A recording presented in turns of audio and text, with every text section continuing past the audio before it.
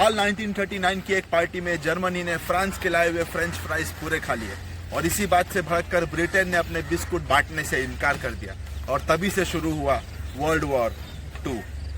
ये क्या बात करता है यार। हेलो दोस्तों, कैसे हो आप लोग। मैं हूं आइनुल हक शेख और फिर से हाजिर हूँ आपके सामने एक नया ब्लॉग लेके। तो आज हम लोग आए हैं आगा खान पैलेस। तो ये पैलेस की बहुत ही ज़्यादा हिस्टोरिकल रेफरेंसेस है और यहाँ पर जो है वर्ल्ड वॉर 2 की और गांधी जी के जो है जीवन की बहुत ज़्यादा यादें जुड़ी हुई है। तो हम जहाँ पे अभी जाएंगे अंदर बहुत सारे जो है आपको कमरे बताएंगे और एक एक हिस्टोरिकल रेफरेंस के हिसाब से हम आपको एक्सप्लेन करेंगे। लेकिन उससे पहले अगर आपने मेरे चैनल को सब्सक्राइब नहीं किया है तो प्लीज़ एक बार मेरे चैनल को सब्सक्राइब कर दे, बेल आइकॉन पर भी क्लिक कर दे। और क्या था, हाँ और तो कुछ नहीं, हाँ लेकिन पहली बात, जो मेरा पिछला वीडियो था मल्हारगढ़ व्लॉग का, उस पर बहुत अच्छा रिस्पॉन्स मिला है। आप सबका बहुत बहुत शुक्रिया। और जिन्होंने वो वीडियो नहीं देखा है अब तक, मैंने यहाँ पर लिंक मेंशन कर दिया, एक बार जाके वो वीडियो ज़रूर देखें। और दूसरी बात, मेरे वीडियोस यार बहुत सब्सक्राइबर्स भी देखते हैं, नॉन सब्सक्राइबर्स मेरे सब्सक्राइबर्स से ज़्यादा मेरे वीडियो देखते हैं। तो नॉन सब्सक्राइबर्स जो मेरे वीडियो को देख रहे हैं लेकिन चैनल को सब्सक्राइब नहीं कर रहे, तो उनको मैं एक चीज़ बताना चाहूँगा जो शायद उनको नहीं पता है। आप लोग जैसा फ्री में वीडियो देख रहे हो ना यूट्यूब पे, वैसा फ्री में चैनल सब्सक्राइब भी कर सकते हो। अरे तो करो ना, करते क्यों नहीं हो। तो मेरा चैनल प्लीज़ सब्सक्राइब करो और हम अब आगे बढ़ते हैं हमारे वीडियो की तरफ। तो फिर चलिए। Welcome to the channel of Ainul Haq Sheikh, जो है लाखों में एक। जिंदगी कर देंगे हम कंटेंट क्रिएशन के नाम, लेकिन उससे पहले follow me on Instagram, ID on the top left of the screen. Aga Khan palace Sultan Mohammed Shah Aga Khan the third ने बनवाया था। इसका कंस्ट्रक्शन 1892 में कंप्लीट हुआ। यह पैलेस एक चैरिटी के तौर पर बनाया गया था ताकि आसपास के इलाकों में रहने वाले गरीबों को उनकी मजदूरी के बदले खाना और पैसों के जरिए मदद की जाए। इसी वजह से इसे बनाने के लिए 1000 लोगों को रोजगार दिया और 5 साल के अंदर इसे बनाया गया। साल 1892 में इसके बनाने का खर्च था 12 लाख, जो कि आज के हिसाब से कई अरबों करोड़ों रुपए है।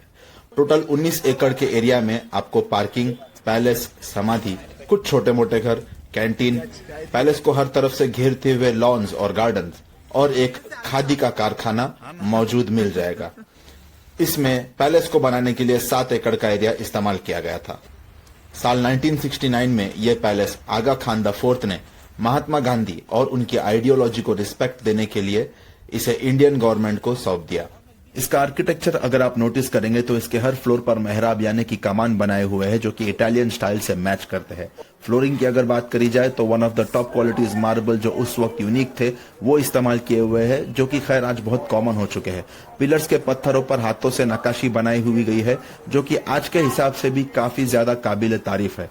हर फ्लोर पर आपको कमरों को घेरते हुए कॉरिडोर्स मिल जाएंगे, जो कि लगभग 2.5 मीटर चौड़े हैं।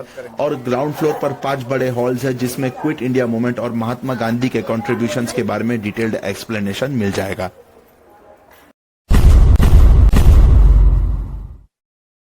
। 1939 में वर्ल्ड वॉर 2 शुरू हो चुका था।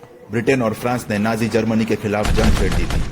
इस वॉर में ब्रिटेन की हमदर्दी जताते हुए महात्मा गांधी ने अपना मॉरल सपोर्ट ब्रिटेन के लिए जताया, क्योंकि वो हिटलर की सोच के खिलाफ थे। इस वॉर में ब्रिटिश गवर्नमेंट ने बगैर इंडियन लीडर्स के इजाजत के ये डिक्लेयर कर दिया कि इंडिया भी ब्रिटेन के साथ इस वॉर में लड़ेगा। काफी कांग्रेस लीडर्स ने इस वॉर में ब्रिटेन की मदद करने का प्रपोजल रखा, लेकिन पूरी आजादी की शर्त पर। British prime minister Winston Churchill ने इस ऑफर को रिजेक्ट कर दिया।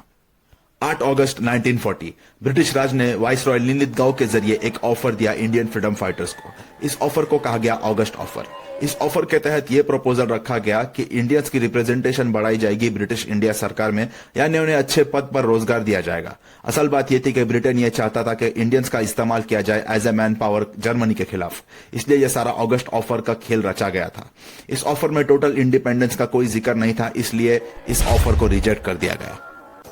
इंडियंस को बिना आजादी के जबरदस्ती इस वॉर में ढकेलने की कोशिश को अपोज करने के लिए एक मूवमेंट लॉन्च किया जाता है, जिसका नाम है इंडिविजुअल सिविल डिसोबीडियंस, जिसके लिए सबसे पहले आचार्य विनोबा भावे को चुना गया। इस इंडिविजुअल सिविल डिसोबीडियंस का मतलब यह था कि हर इंसान अपने अपने पोटेंशियल के हिसाब से ब्रिटिश लॉज और डिमांड्स को मानने से इनकार करेगा। आचार्य विनोबा भावे ने महाराष्ट्र के पावनार से एक स्पीच दी, जिससे काफी ज्यादा लोग इंस्पायर होकर इंडिविजुअल सिविल डिसोबीडियंस को ज्वाइन करने लगे। और इसके बाद 21 अक्टूबर 1940 को आचार्य विनोबा भावे को अरेस्ट कर लिया गया। यह इंडिविजुअल सिविल डिसोबीडियंस ऐसे लेवल पर फैल चुका था कि आगे जाके 15 मई 1941 तक 25,000 लोगों को अरेस्ट कर लिया गया था।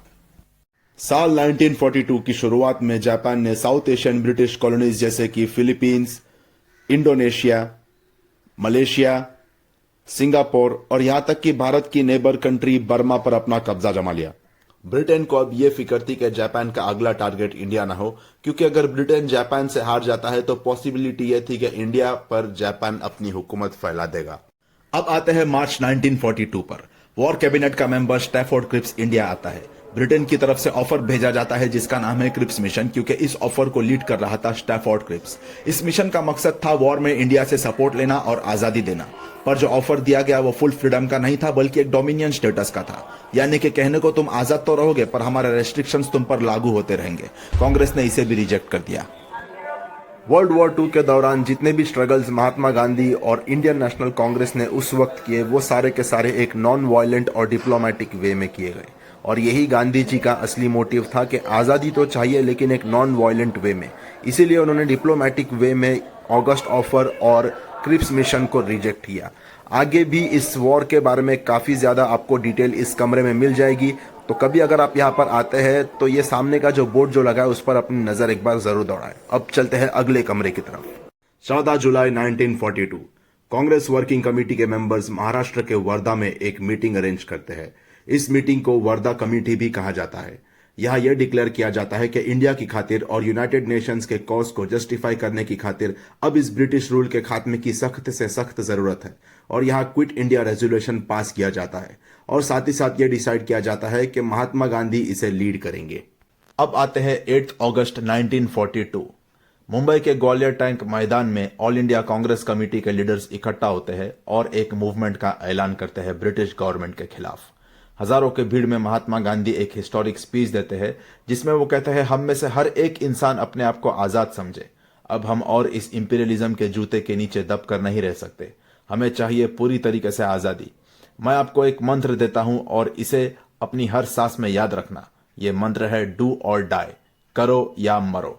अब या तो हम इंडिया को आजाद देखेंगे या तो इस कोशिश में मारे जाएंगे, लेकिन अब हम इस गुलामी में और नहीं जिएंगे। और इसी तरीके से शुरुआत होती है क्विट इंडिया मूवमेंट, यानी कि भारत छोड़ो आंदोलन। ब्रिटिश को अब ये क्विट इंडिया रेजोल्यूशन के बारे में पता चल गया था।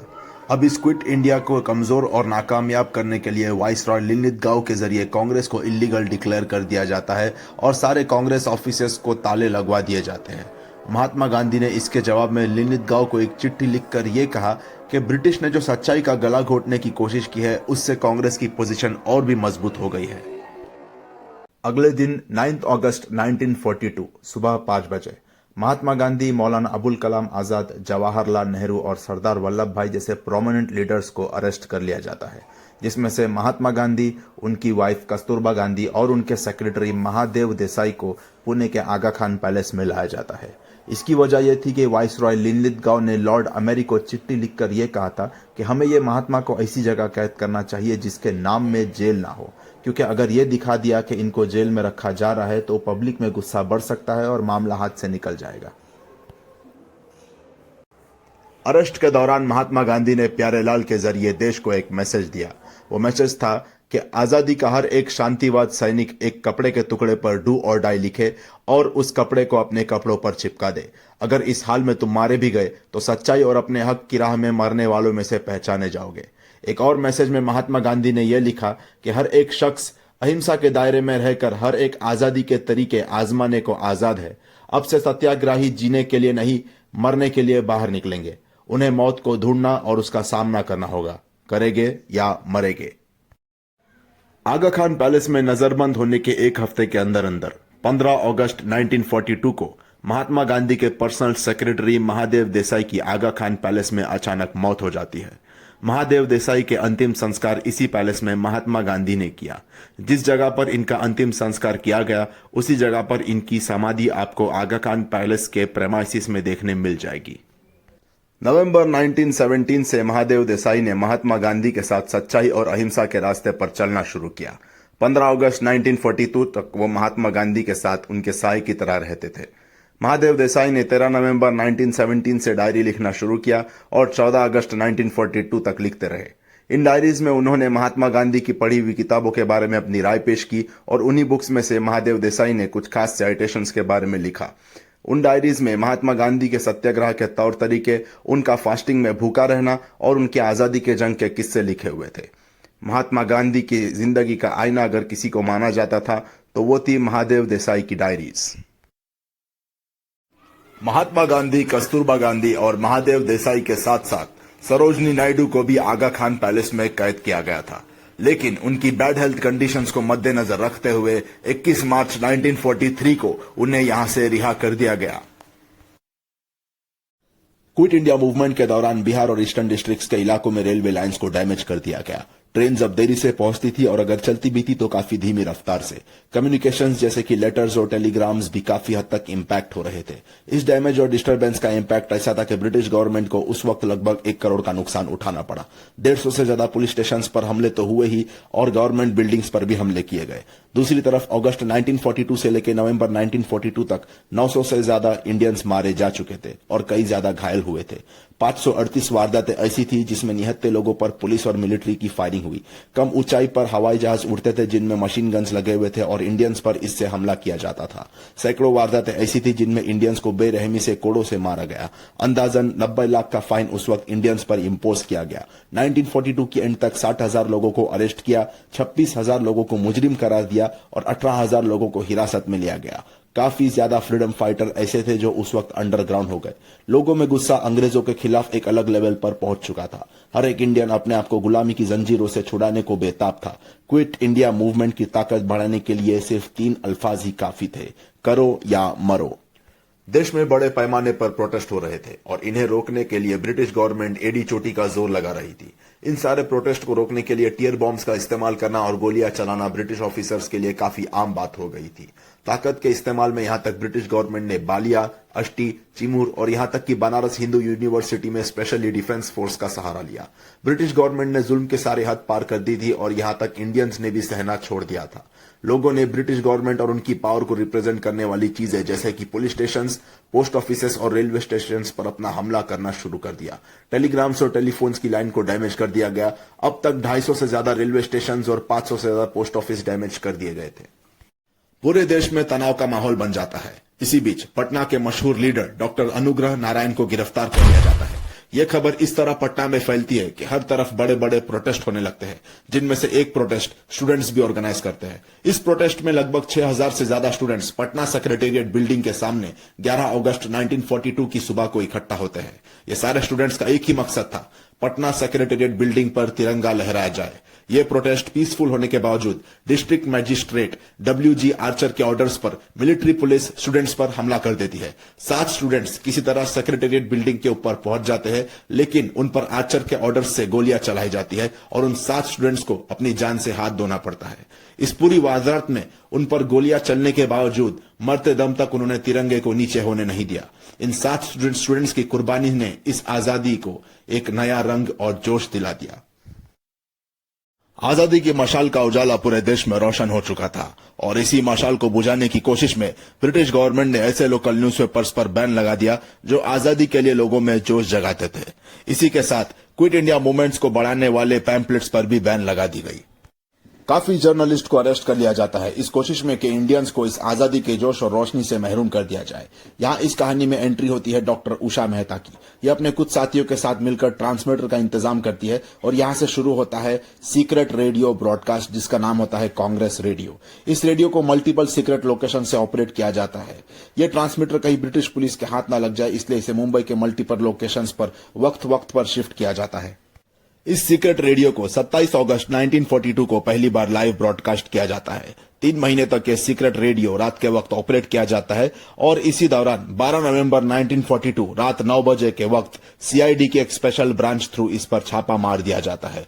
टोटल 3 ट्रांसमीटर्स को जब्त किया जाता है और डॉक्टर उषा मेहता और उनके साथियों को गिरफ्तार कर लिया जाता है।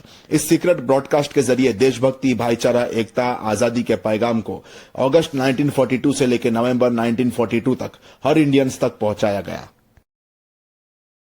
ब्रिटिश गवर्नमेंट के द्वारा कांग्रेस को इलीगल डिक्लेयर किए जाने पर महात्मा गांधी ने वाइसरॉय को इस ताल्लुक से काफी चिट्ठियां लिखी, जिस पर वाइसरॉय ने यह जवाब दिया कि इस बात का सबूत है कि आप और आपके साथियों को इस बात का अंदाजा था कि यह क्विट इंडिया मूवमेंट का अंजाम सिर्फ वायलेंस होगा और आप इस बात को दरगुजर करने को तैयार थे। महात्मा गांधी ने वाइसरॉय के इस मैसेज पर अपना एतराज जताया और इन सारी वायलेंस का जिम्मेदार ठहराए जाने पर उन्होंने 10 फरवरी 1943 से लेकर 2 मार्च 1943 तक 21 दिन का उपवास रखा। ब्रिटिश गवर्नमेंट ने महात्मा गांधी के इस फैसले पर उन्हें इस फास्ट के दिनों तक आगा खान पैलेस से रिहा करने का प्रपोजल रखा। महात्मा गांधी ने इस ऑफर को रिजेक्ट कर दिया और यह कहा कि यह उपवास एक आजाद इंसान नहीं बल्कि एक कैद इंसान रख रहा है। अब चलते हैं हॉल नंबर 5 की तरफ। यह वो कमरा है जहां 1942 से लेकर 1944 तक महात्मा गांधी और कस्तूरबा गांधी जी को रखा गया था।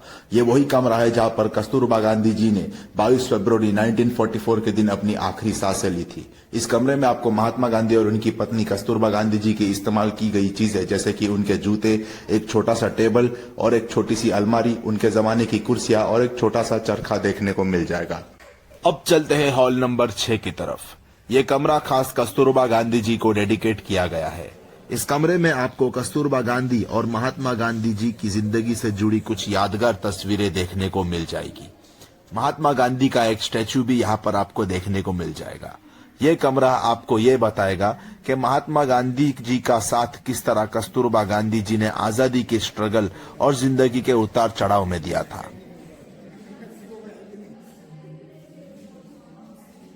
इन सारे हॉल्स में हिस्टोरिकल डॉक्यूमेंट्स और आर्टिफैक्ट्स देखने के बाद हम आगे बढ़े समाधियों की तरफ। तो जैसे कि महादेव देसाई और कस्तूरबा गांधी की इस पैलेस में मौत हो गई थी, उन्हें रेस्पेक्ट देने के लिए यहाँ उनकी समाधि बनाई गई है। साथ ही साथ महात्मा गांधी की अस्थियों को भी यही इस एरिया में रखा गया था। इन समाधियों को पास से देखने के लिए आपको अपने जूते मार्बल एरिया के बाहर उतारने पड़ेंगे।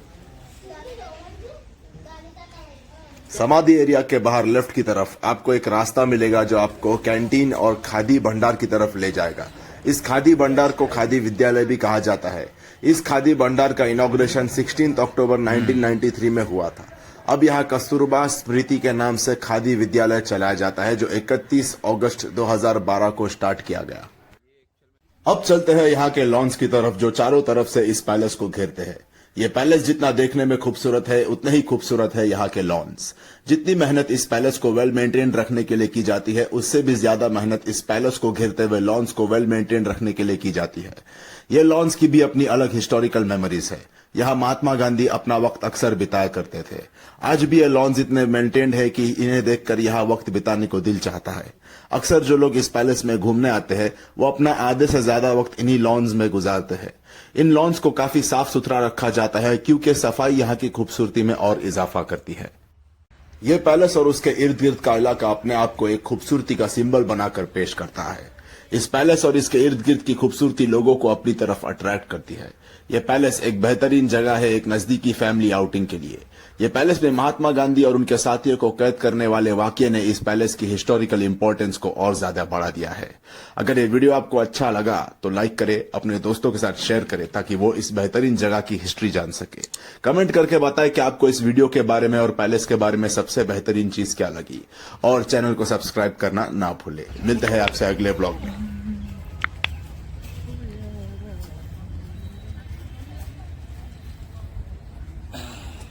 और नजदीक से भाई सोना पड़ेगा।